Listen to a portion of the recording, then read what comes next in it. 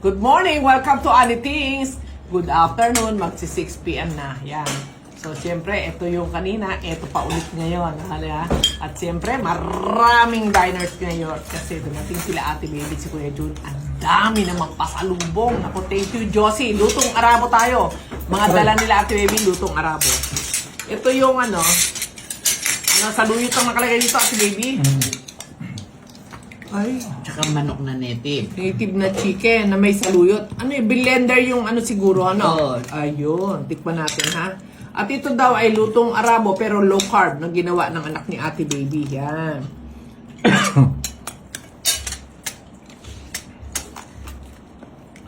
Masarap. Madulas-dulas, siyempre saluyot. Pero masarap. Oh, saluyot eh. Blender pa yung saluyot. Ano talagang madulas siya. Expectin mo na. Pero masarap, in fairness. Masarap na. Siyempre, madula, saluyot. Saluyot eh. Okay sa akin ang dulas. Masarap pa, masarap. Masarap na.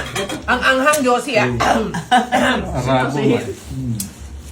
Nene, buhatin mo nga muna yan. Ipakita natin dito. Yan, okay. O di, ay, Ay, nako, nakatikim tayo ng lutong Arabo. Ito naman ay seaweeds. yeah, Korean seaweed. Korean seaweeds daw. At ito naman ay taba ng baka. Litid. Litid, my God. Ko, kung ano eh. Titikman natin yan. Ako, puro litid naman pala to. Pure litid, oh. Kita nyo? Sabi sa inyo eh. Oh my God, low carb. Huwag mahihiyang kumain ng taba. Ayan. Tikman natin, ha? Lutong Arabo din yan. Ewan ko kung ano mga ingredients yan. Pero sabi ay low carb. Kasi alam naman mga low carb Herbs. tayo. Herbs. Alam na low carb tayo. So, lutong low carb yan. Oh, ang lambot to. Taba. Plain siya. Hindi siya maasim. Parang, parang nilaga, ano? Na nilagyan ng Parang ano, nilaga. nilagyan ng Ang lemongrass. Kung anong nilagay dyan. I think merong cumin, no? Ang maril siguro. Masarap, masarap. Mm-mm. Kakaiba siyang hindi similar sa nilaga, pero iba eh. May iba. Tapos maanghang na naman. Mm-mm. Yung aftertaste niya yung May aftertaste yung anghang. Anghang na naman. Nangangagat na naman. My darling, mas magugustuhan mo talaga to. Ito labong. Hindi ito madulas. Si Bunso nga, nagustuhan to. Masarap to, kakaiba. Gusto mo lagyan ka ta? Yung nag-split ako mamaya.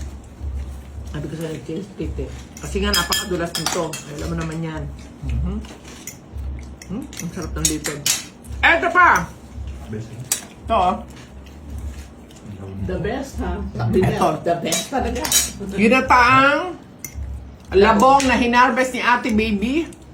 Tapos nilagyan ng saluyot at saka manok. Yan. Tikman natin din. Napakarami naman pagkain ito. Nagustuhan ko yan.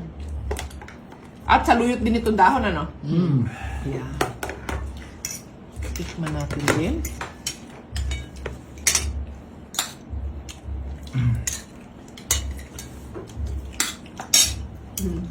Sabi sa'yo.